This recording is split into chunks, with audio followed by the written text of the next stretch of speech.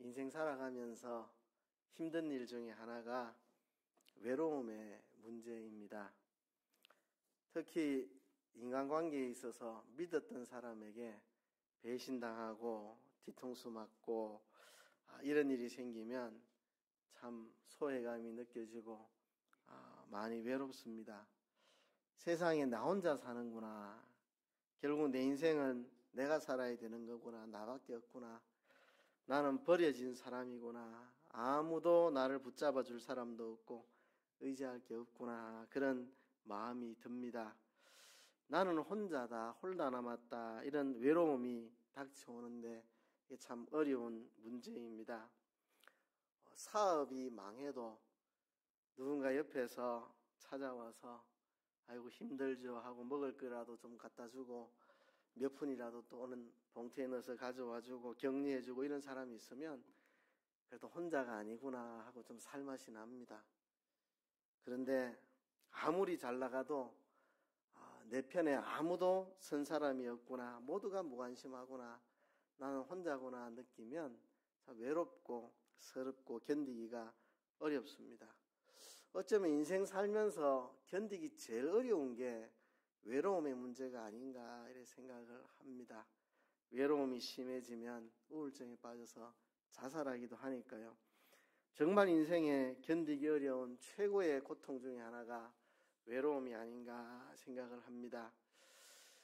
사실 외로움에 빠진 사람들은 이렇게 생각합니다. 이 세상에서 나만 외롭다 이런 느낌이 듭니다. 사실 그렇지 않습니다. 우리 모두가 다 똑같습니다. 누구에게나 외로움은 다 있습니다. 부자는 부자래도 가난한 사람은 가난한 사람대로, 배운 사람은 배운 사람대로, 못 배운 사람은 못 배운 사람대로 다 외로움이 있습니다. 외로움에 자기가 빠지면 자기만 혼자 외로운 것처럼 착각하는 것뿐이지 우리 모두가 다 외로움을 겪고 살아가고 있습니다. 부모 자식 간에도 서로 간에 외로움이 있습니다. 부모는 자식에게 잘해준다고 생각하지만 자식은 그렇지 않게 느끼는 경우가 많이 있습니다. 아빠의 무서운 눈빛 하나가, 엄마의 하지 않아야 될 모진 말 한마디가 아이에게는 엄마는 내게 관심이 없구나, 아빠는 내 아픔에 대해서 전혀 이해를 못하는구나, 어차피 나는 혼자구나, 아이에게 그렇게 느끼게 만들 수 있습니다. 아니 내가 너에게 얼마나 관심 가지고 사랑하고 아끼는데 그렇게 느끼냐. 그렇게 느끼는 아이들이 많이 있습니다. 어떤 말 한마디에, 어떤 태도 하나에, 눈빛 하나에 아이는 그렇게 느낄 수 있습니다. 세월이 이러면 또 이게 또 뒤바뀝니다. 부모가 자식에 대해서 외로움을 느낍니다. 왠지 자식이 나를 답답해하는 것 같고, 짐으로 여기는 것 같고, 불편해하는 것 같고, 옛날만큼 내하고 말을 섞으려고 하지 않는 것 같고, 잘 찾아오지 않고 부담스럽게 여기면 부모는 한없이 외롭습니다. 그래서 우리는 서로 돌아봐야 됩니다. 코로나 시기에 우리 교회에서도 히브리서에 나오는 말씀, 서로 돌아보아 사랑과 선행을 격려하고 모이기를 피하는 어떤 사람들과 같이 하지 말자고, 모이기를 힘쓰고 서로 돌아보자고 표를 정해서 그렇게 했었습니다. 서로 돌아보며 산다는 게 참 가치 있고 아름다운 것입니다. 모두가 다 외로운 세상에 홀로 세상을 통과하는 게 힘든데 누군가 돌아와 봐주고 찾아와주고 격려해주고 힘을 실어주고 외로움을 극복할 수 있도록 서로 돌아본다는 것은 정말 아름다운 것입니다. 우리가 해야 될 일입니다. 부부 간에 서로 돌아보고, 부모 자식 간에 서로 돌아보고, 가족끼리 돌아보고, 교회에서 성도들끼리, 직부자들끼리 서로 돌아보고 살피고 우리가 해야 합니다. 그래서 누구도 외로움에 홀로 내쳐지지 않도록 우리가 서로 살펴야 합니다. 그러나 인간의 돌봄에는 한계가 있습니다. 돌봄이 그렇게 중요한 일이지만 인간의 돌봄만을 의지하고는 견딜 수 없는 외로움들이 있습니다.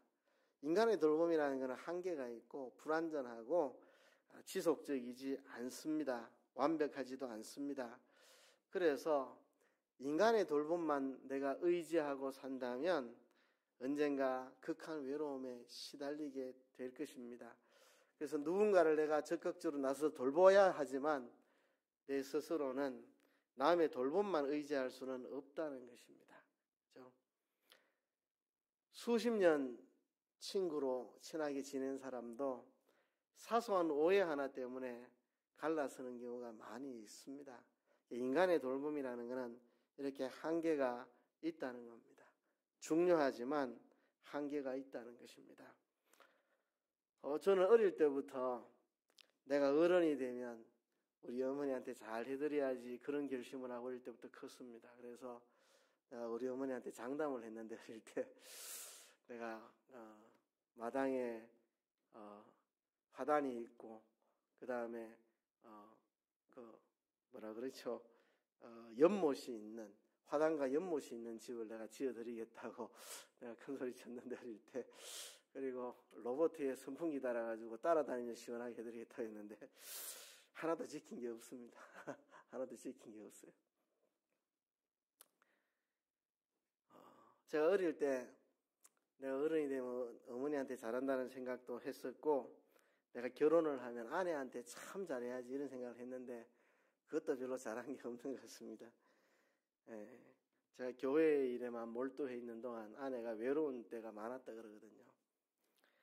근데 그건 제가 악해서 그런 게 아닙니다. 제가 악한 자식이고 악한 남편이어서 그런 게 아니고 인간의 한계 때문입니다.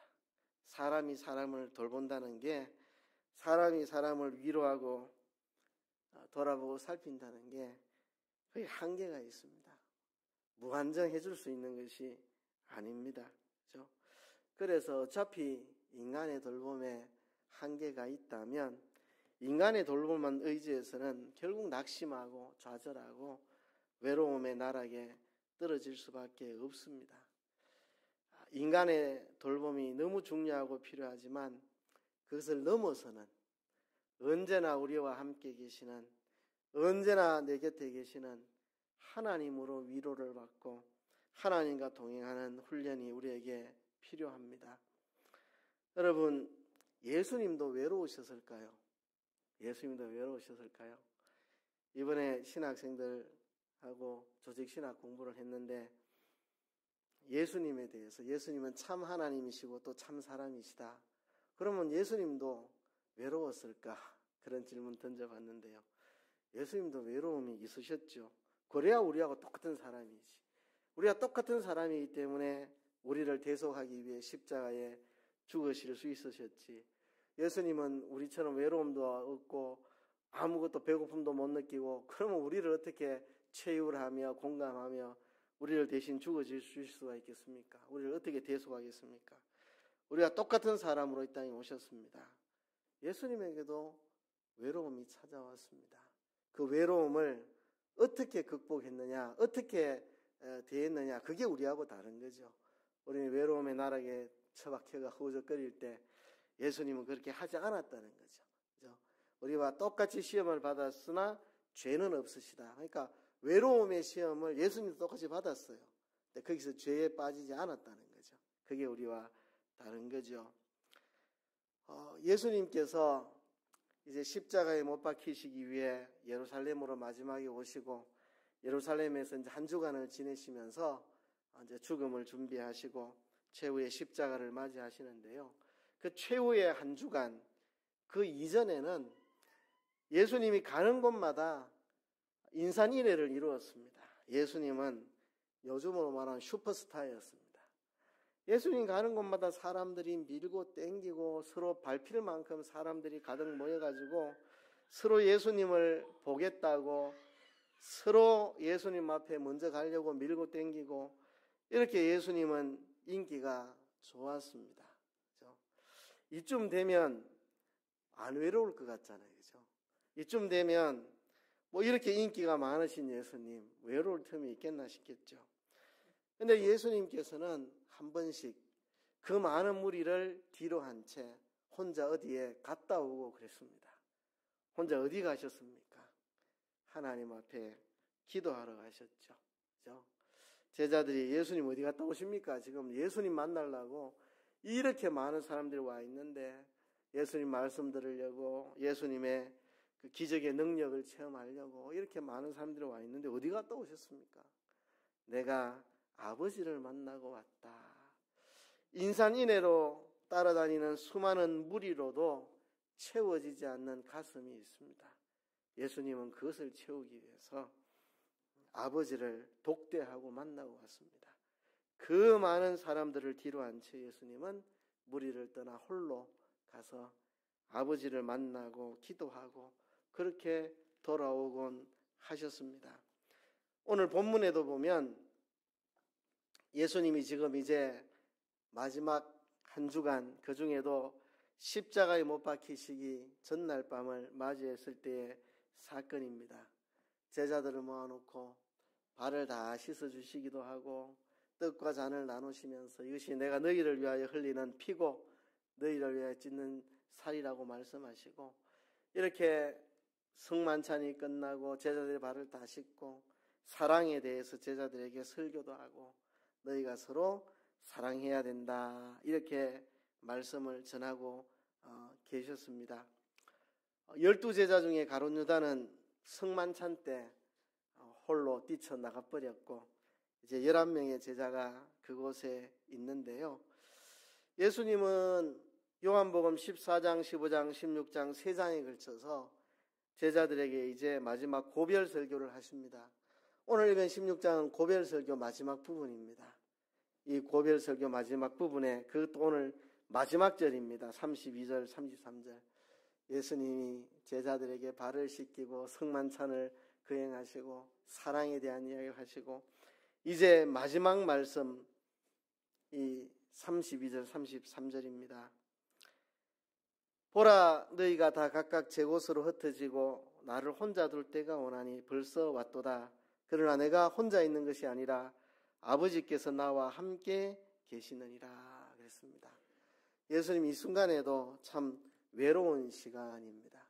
3년 반 동안 그렇게 사랑으로 돌보고 가르치고 지도했던 이 제자들이 조금 있으면 다 도망갈 것을 예수님은 알고 계시거든요. 예수님을 잡기 위해서 금과 몽치를 들고 온 그 군병들이 나타나면 제자들이 예수님 버려놓고 배신하고 다 도망갈 것을 예수님은 알고 계셨습니다. 참 외로운 시간이죠. 잠시 후면 이제 이 일이 일어날 것입니다. 보라 너희가 다 각각 제 곳으로 흩어지고 나를 혼자 둘 때가 오나니 벌써 왔도다. 이제 몇 시간 후면 너희들이 나를 버리고 다 도망가고 나를 혼자 둘 것이다.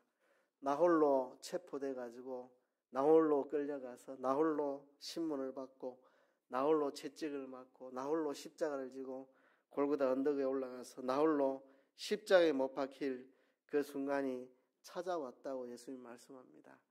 3년 반 동안 그렇게 애정을 쏟으며 가르쳤던 제자들이 다 예수님을 배신하고 버려두고 도망갈 이 순간을 예수님 닥쳤습니다.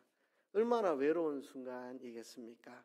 근데 예수님이 희한한 말씀을 하십니다. 이 순간에 정말 희한한 말씀을 합니다. 나를 혼자 둘 때가 오나니 벌써 왔도다. 그러나 내가 혼자 있는 것이 아니라 아버지께서 나와 함께 계시느니라. 그렇게 말씀을 하셨습니다. 이제 혼자 남아서 혼자 죽음을 직면해야 될 이 순간에 너희가 다 나를 버리고 도망가도 나는 나 홀로 있지 않다. 나와 아버지가 함께 있다. 그래서 나는 두렵지도 않고 외롭지도 않고 나는 좌절하지도 않고 실망하지도 않는다. 예수님께서 그렇게 말씀을 하십니다. 그런데 여기서 놀라운 이야기를 합니다. 그렇게 예수님은 홀로 계시지 않고 아버지와 함께 계시면 뭐 아무 문제도 없고 외롭지도 않고 그럼 다 됐었는데 그런 이야기 굳이 하실 필요가 있는가? 33절에 이것을 너희에게 이르면 너희로 내 안에서 평안을 누리게 하려 함이라. 내가 왜 이야기를 하느냐 하면 지금은 너희가 나를 배신하고 버리고 도망가지만 나중에 너희가 이 일을 당하게 될 것이다. 너희가 누군가의 배신을 당하고 버림을 당하고 너희가 홀로 외로운 길을 가야 되는 그날이 언젠가 올 것이다. 그날에 너희가 외로움에 처절함에 빠져 좌절하고 실망하지 않고 내가 지금 너희가 나를 다 배신하고 도망가도 평안할 수 있는 이 비밀을 너희에게 알려주고 너희도 내 안에서 평안을 누리게 하려고 이야기를 하는 것이다. 나는 어차피 너희가 나를 버리고 도망가도 아버지가 나와 함께 계시니 외롭지 않은데 내가 이 말을 굳이 너희에게 하는 것은 지금은 너희가 나를 배신하고 나를 홀로 두고 도망가지만 나중에 너희가 돌이킨 후에 너희가 복음을 전하며 다닐 때 사람들로부터 외면당하고 공격당하고 비난받고 조소당하고 따돌림받고 배신당하는 그런 일을 너희들도 똑같이 당하는 날이 올 텐데 그날에 너희가 내 안에서 평안을 누리게 하려고 이 말을 한다. 그렇게 예수님께서 말씀을 하셨습니다. 지금 너희가 환난을 당하나 담대하라 내가 세상을 이겼노라 예수님 말씀하시는데요. 너희가 환난을 당하나 담대하라 내가 세상을 이겼노라. 여기서 말하는 환난은 홀로됨의 환난입니다. 예수님이 지금 당하고 있는 환난, 다 예수님을 배반하고 버리고 도망가고 예수님 홀로 남게 되는 이런 환난. 너희가 환난을 당하나 담대하라 내가 세상을 이겼노라. 너희도 세상에서 내가 당한 것처럼 똑같은 환난을 당할 거다. 사람들이 너희를 다 버리고 너희 홀로 남고 세상에 나밖에 없나? 나 홀로 이 인생 걸음을 걸어가야 되나? 내 인생 내가 책임져야 되나? 나는 나밖에 아무도 내게 관심을 가져주지 않나? 이런 순간을 너희도 만나게 될 텐데 그때 너희가 담대하게 하려고 내가 이 말을 한다. 내가 세상을 이겼다. 세상을 이긴 내 안에서 너희도 나와 함께 이 평안을 누리도록 하게 하려고 이 말씀을 한다고 예수님께서 그렇게 말씀을 하셨습니다. 그렇습니다. 우리가 이 홀로 남는 환난, 홀로 서야 하는 이 환난을 극복할 수 있는 방법이 무엇이겠습니까? 바로 이것입니다. 아버지와 함께 거하는 것입니다. 홀로 남으면 배신당하면 분노가 차고 원한이 차고 정오심이 차고 그렇게 됩니다. 그런 것이 가슴을 불붙듯 달굽니다. 그럴 때 하나님 아버지께서 나와 함께 계신다는 사실을 생각할 때 우리가 그런 외로움도 분노도 정오심도 다 극복할 수가 있다는 것입니다. 근데 이거는 단순히 감정 가지고 되는 일은 아닙니다. 그렇죠?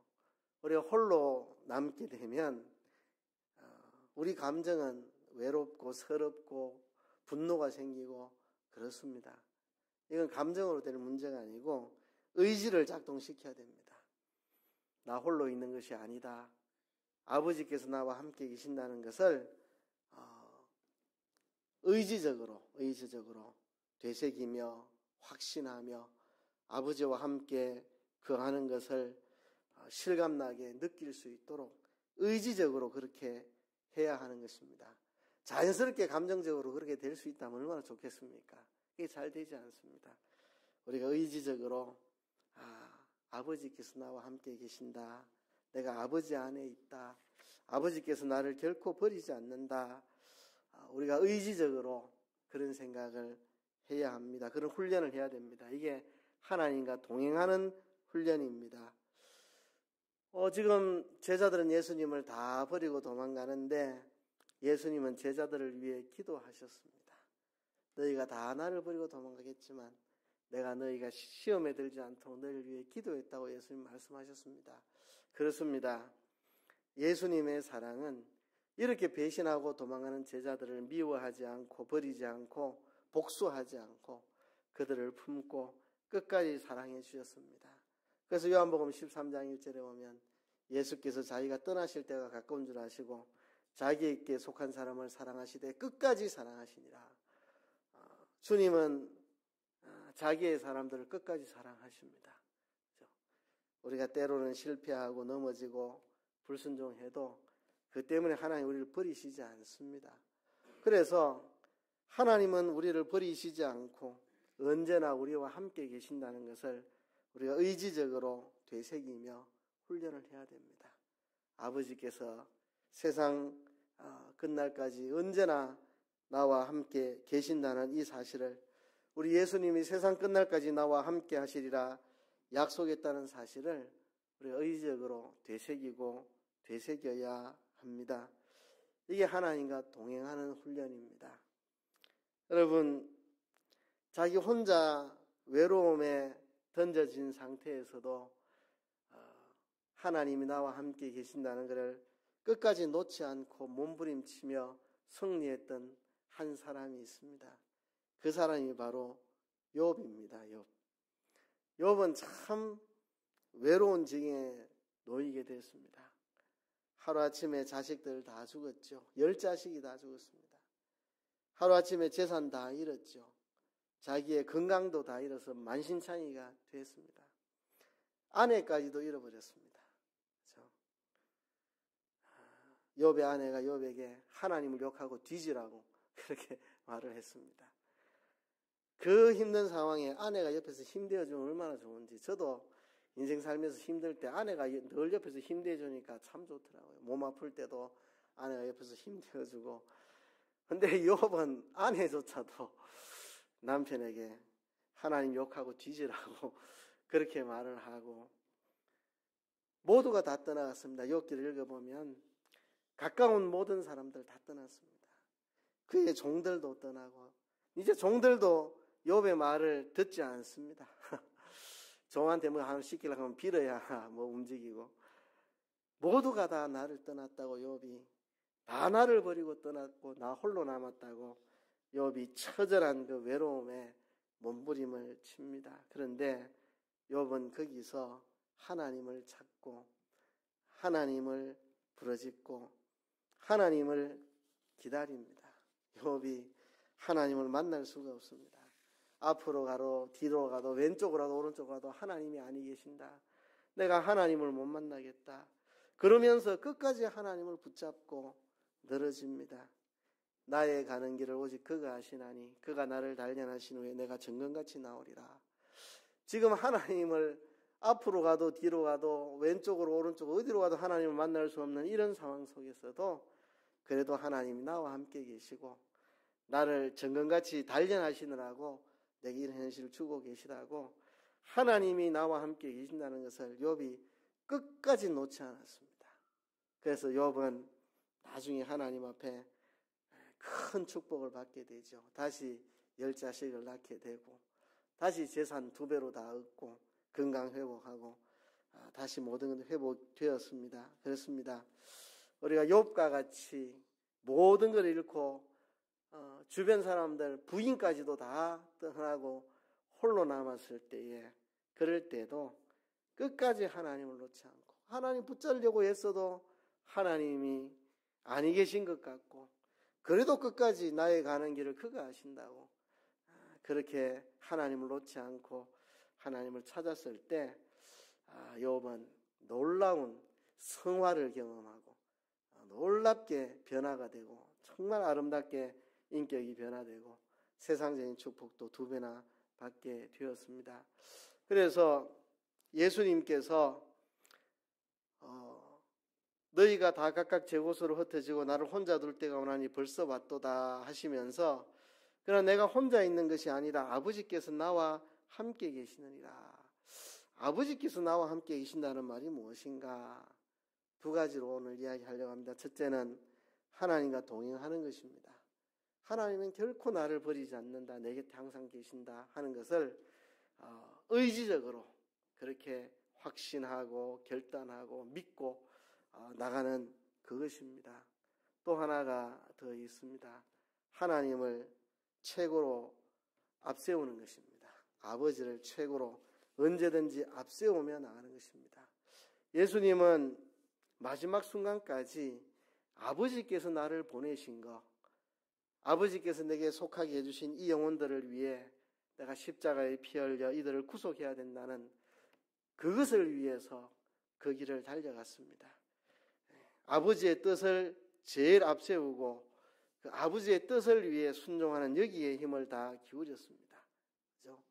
그래서 예수님은 마지막 순간에도 어쨌든지 아버지의 뜻을 따라 내가 십자가의 대속으로 이들을 구원해내야 되겠다는 그 사명을 감당하는 일에만 매진을 했습니다. 마지막 순간까지 아버지께서 나를 보내신 이유, 아버지께서 내게 속하게 해주신 그 영혼들을 구원하기 위해 대속이 제물이 되는 그 일을 위해서 마지막 순간까지 자신을 다 바쳤습니다.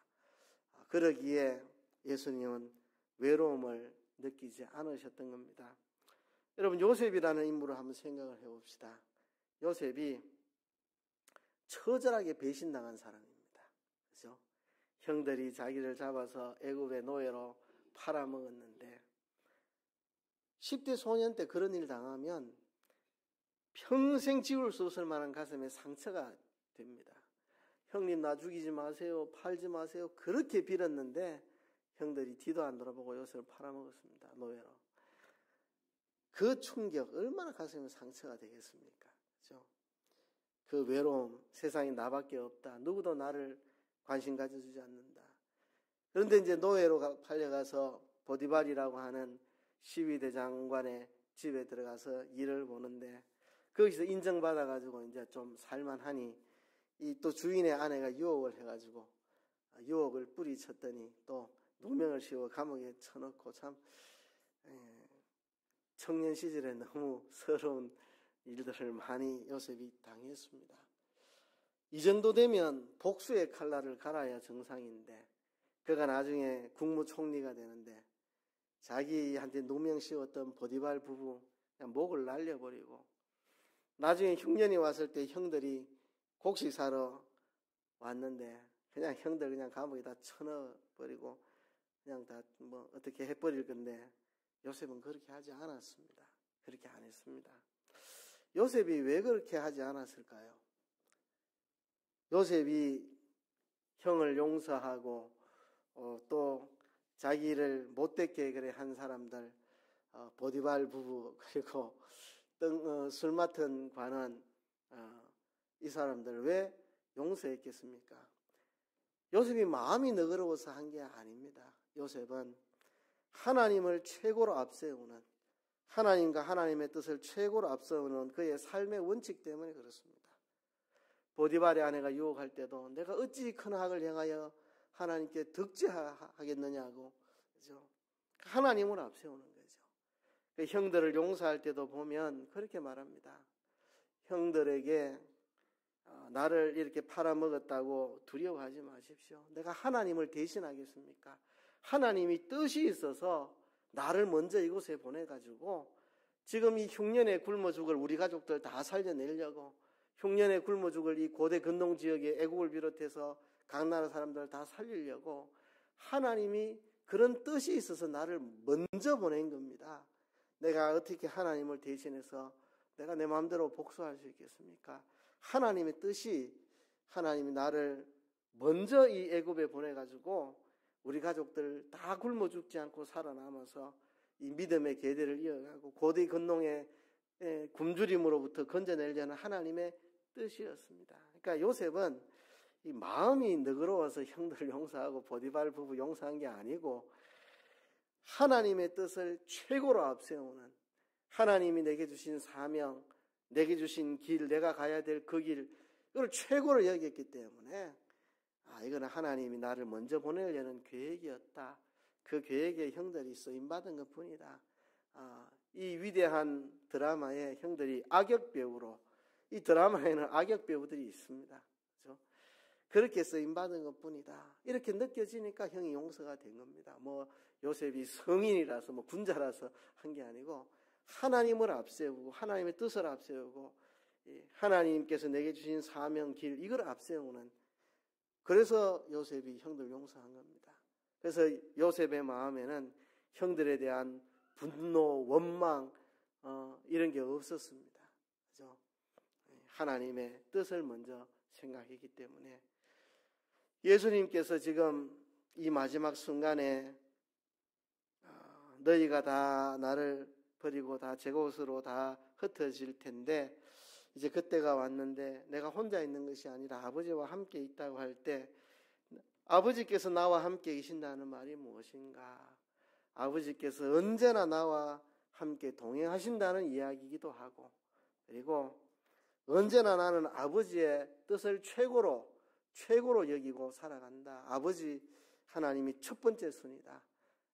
나는 최고로 하나님 아버지의 뜻에 따른다. 그래서 마지막 이 순간에도 어찌하면 내 삶을 바쳐서 택한 백성들 구원해낼까 여기에 관심을 가졌지 누가 나를 배신하고 그런 거 관심 안 가지시고 누가 나를 배신해도 그 사람은 악역배우로 쓰임받은 거고 가룟 유다가 예수님 배반하여 팔았어도 예수님께서 너 할 일을 하라.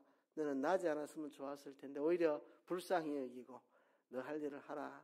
그러니까 가룟 유다는 악역배우로 쓰임받은 사람이고 내가 아버지의 뜻을 위해 이 길을 간다.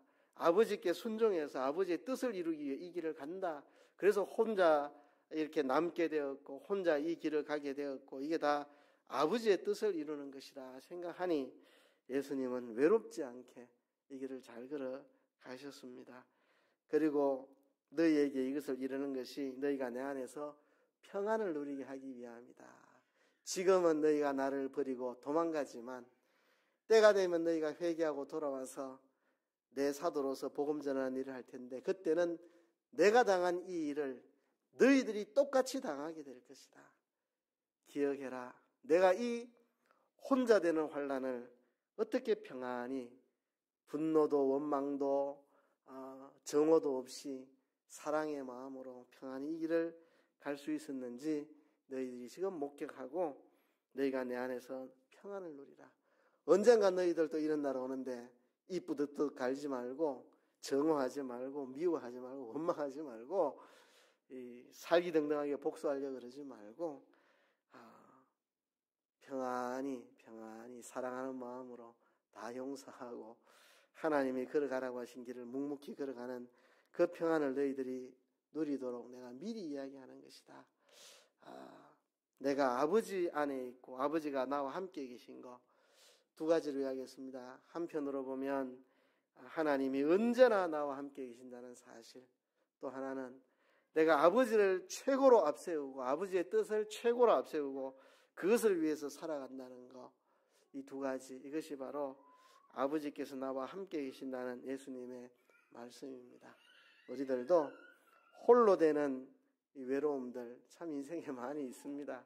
그 속에서 아버지께서 나와 함께 계신다는 것과 나도 예수님처럼 나도 요셉처럼 아버지를 앞세우고 아버지의 뜻과 아버지께서 내게 주신 사명을 앞세우는 이것으로 외로움을 이기고 평안을 누리며 살아가는 저와 여러분 되기를 주의 이름으로 축복합니다. 말씀을 생각하시면서 다 같이 한번 통성으로 기도하겠습니다.